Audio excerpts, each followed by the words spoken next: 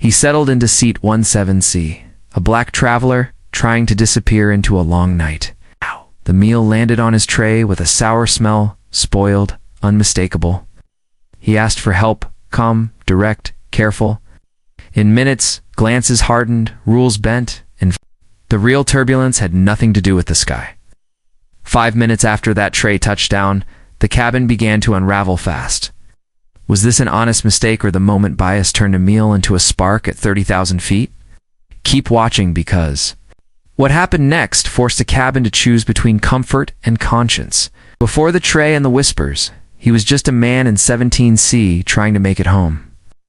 Marcus traveled light and careful boarding pass saved in 3 places, headphones charged, a snack in his bag just in case. He'd learned that staying prepared wasn't just about comfort, it was about control. Airports had taught him that, so had a lifetime of moving through rooms where his presence drew second looks. He'd wrapped a long week of work and planned to sleep through the red-eye. Wake! Up to his own coffee and a quiet morning, he kept his voice low with crew, made space in the aisle, nodded to the stranger across the row. Small rituals that kept flights uneventful. Earlier, a random screening at security had delayed him, the kind he'd stopped arguing about. He let it roll off his shoulders the way he always did. Lights dimmed. Engines steadied, and the cabin settled into that midnight rhythm where time moves in soft recycled air. Marcus eased back, counting the minutes to peace. He wasn't expecting drama. He wasn't looking for a scene. He was doing everything right, the way he'd trained himself to on planes be, extra polite, extra patient, extra aware. But calm. Isn't armor when bias rides with you?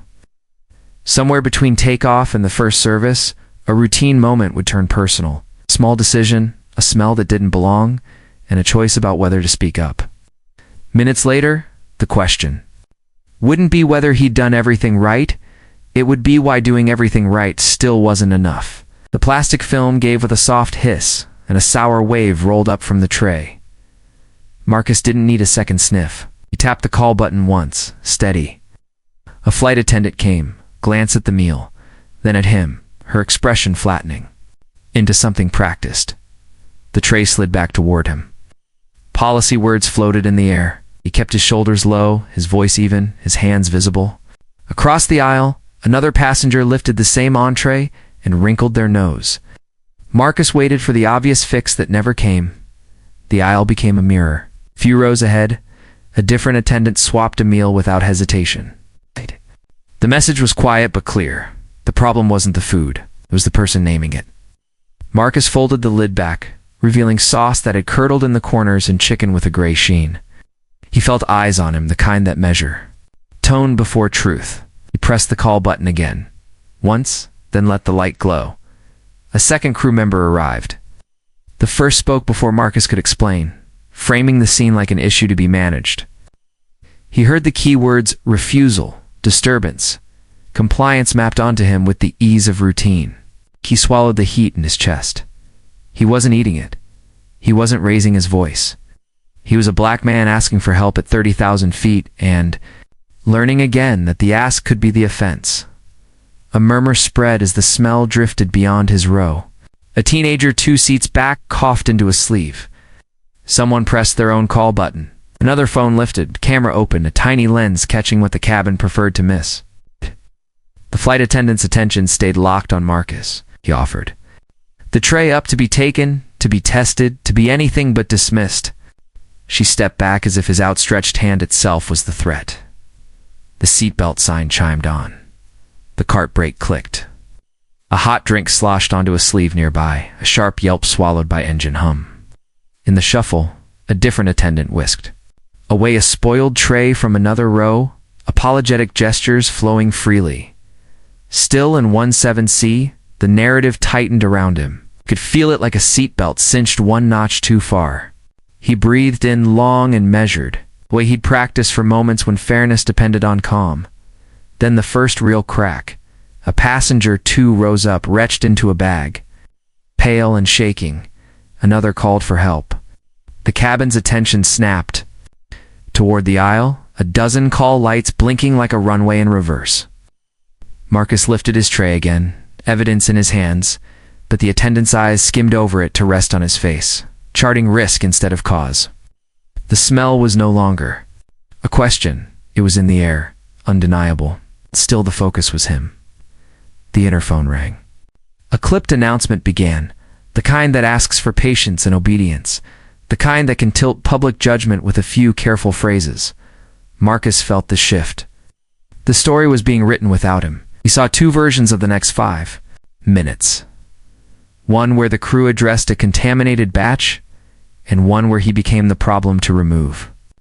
Around him, passengers chose sides in silence, some leaning away, some angling phones, some meeting his eyes with quiet solidarity. A tiny tremor rippled through the fuselage. A baby started crying. The cartwheels squealed.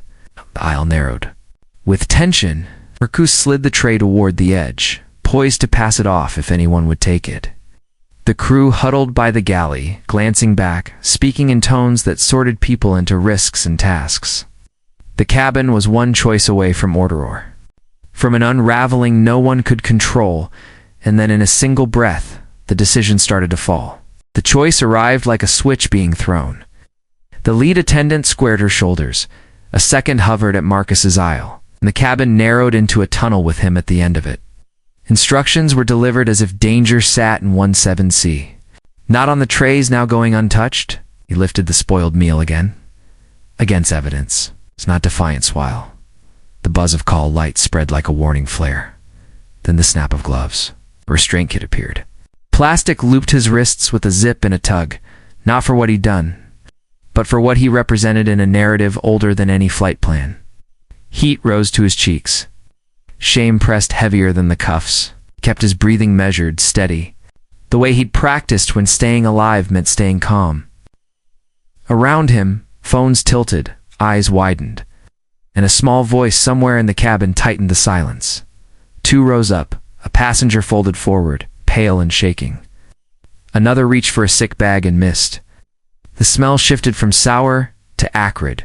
Disinfectant sprayed over panic. A woman with a hospital badge stepped into the aisle, raising a hand with practiced certainty, reaching for the tray Marcus had been trying to surrender.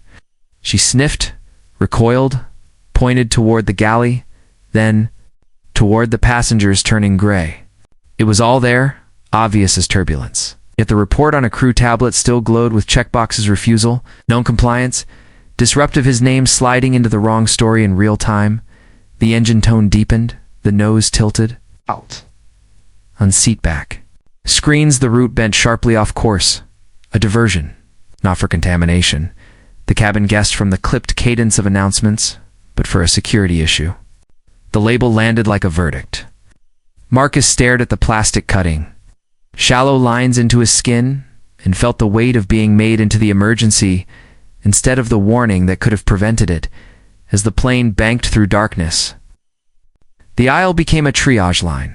Truth finally fought for space and upraised tray. Nurses' urgent gestures, passengers filming the contrast between cause and blame. Bound in his seat, Marcus felt the plane commit to its unscheduled descent, and wondered which would land first, the jet or accountability.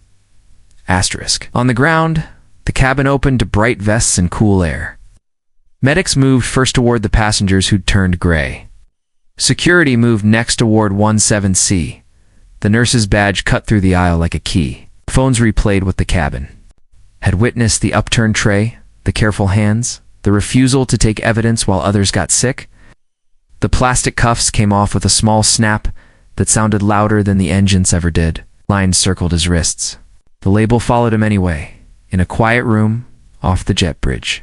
Marcus gave his statement while a supervisor spoke in the soft language of containment. Airline called it a catering irregularity, then a service issue, then a misunderstanding.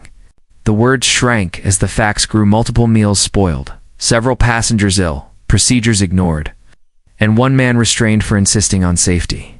Video filled the gaps where memory could be argued. The nurse put her details on a form. Strangers handed over footage. The story rebuilt itself slowly, stubbornly, against a system designed to make the first version stick. Marcus went home, but not unchanged. Sleep arrived in fragments. The pressure of plastic on skin lived longer than the flight. He canceled a trip the next week, choosing a drive over a plane.